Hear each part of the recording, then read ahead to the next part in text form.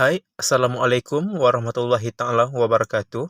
Hari ini, kumpulan kami akan membentangkan serba sedikit tentang kesihatan mental. Pembentangan ini adalah bertujuan untuk subjek Kemahiran Berfikir FCE 3204. Terlebih dahulu, saya ingin memperkenalkan ahli kumpulan saya. Yang pertama, Muhammad Mustaza bin Muhammad Nur Rashid, bernombor matrik 215590. Yang kedua, Muhammad Nakib bin Ismail, bernombor matrik 215896.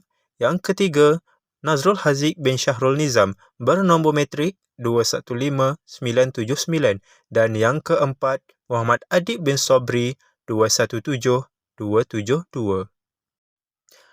Baiklah, apa itu kesihatan mental? Menurut Pertubuhan Kesihatan Sedunia (WHO), kesihatan mental adalah keadaan kesejahteraan di mana individu menyedari keupayaannya sendiri, dapat mengatasi tekanan normal kehidupan, dapat bekerja dengan produktif dan bermanfaat serta mampu memberi sumbangan kepada komuniti. Masalah kesihatan mental. Isu ini kurang diberikan perhatian oleh mana-mana pihak. Ini kerana kebanyakan pihak menganggap isu ini hanyalah isu biasa yang tidak memberikan kesan.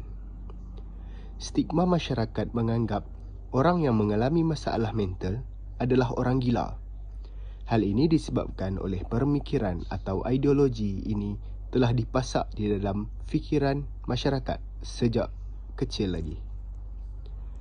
Penyebab lakunya masalah kesihatan mental ini berpunca daripada kekurangan badan profesional di dalam tempat kerja untuk menyelesaikan masalah mental pekerja, seperti memotivasi dan menjadi tempat luahan masalah.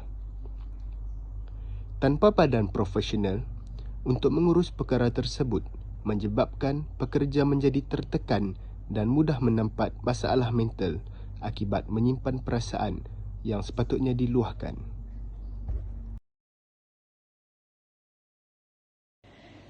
Antara kesan buruk isu kesihatan mental di tempat kerja ialah majikan kehilangan pekerja yang produktif. Hal ini dikatakan demikian kerana masalah kesihatan mental seperti tekanan perasaan atau depresi boleh mengganggu fokus dan gerak kerja seseorang. Contohnya, sesuatu kerja itu tidak dapat disiapkan mengikut waktu yang telah ditetapkan. Selain itu, isu kesihatan mental akan menyebabkan bilangan pekerja semakin berkurangan. Hal ini disebabkan mereka tidak ada semangat untuk ke tempat kerja atau kerap mengambil cuti sakit. Keadaan sebegini sememangnya akan menggugat prestasi syarikat atau organisasi kerana ia akan mengganggu jam kerja pekerja, aliran kerja dan membebankan pekerja yang tinggal. Untuk mencapai semula KPI syarikat akan mengambil masa yang lama kerana syarikat perlu membentuk dahulu pekerja baharu untuk lebih produktif dan berdaya saing. Impaknya, syarikat akan menanggung kos yang tinggi dalam menyediakan pekerja yang produktif kerana pelbagai latihan perlu dijalankan. Oleh hal yang demikian, isu kesihatan mental ini amat penting dan perlu diberi sepenuh perhatian oleh semua majikan di Malaysia. Baiklah, antara langkah-langkah yang boleh diambil kira dalam menangani isu kesihatan mental dalam alam pekerjaan ini adalah yang pertama, semua jabatan perlu memastikan setiap pekerja berada pada tahap kesihatan yang baik.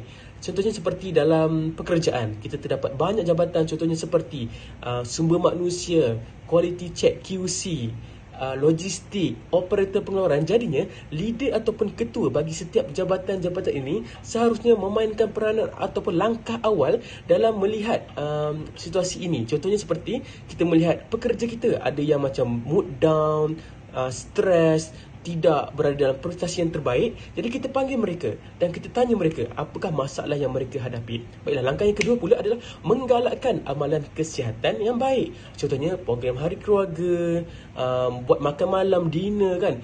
Ini adalah merupakan salah satu program ataupun aktiviti yang boleh mengeratkan antara staf dengan staf yang lain dan lantas menghilangkan stres kan apabila pekerja itu dah berpenat lelah dalam bekerja seharian kan, dalam sebulan tu berpenat bekerja. Jadi apabila pengurusan buat satu aktiviti yang luar daripada pekerjaan mereka, jadinya mereka berasa seronok dan lantas menghilangkan stres mereka. Baiklah, yang ketiga adalah sediakan tempat untuk pekerja mendapatkan khidmat motivasi atau kesihatan. Jadi saya ambil kira ini adalah dari peringkat pengurusan pekerjaan itu sendiri. Contohnya seperti bos, manager kan, dan pihak-pihak atasan seharusnya melakukan satu connection bersama organisasi luar, iaitu kaunselor ke, motivator luar ke kan, jika kita terdapat pekerja-pekerja yang bermasalah ataupun berada dalam keadaan yang mood down, yang tidak boleh melakukan pekerjaan. Jadi kita hantar mereka ke organisasi tersebut bagi memulihkan lagi mood mereka, lantas menghasilkan prestasi yang terbaik dan meningkatkan output pengeluaran pekerjaan itu sendiri.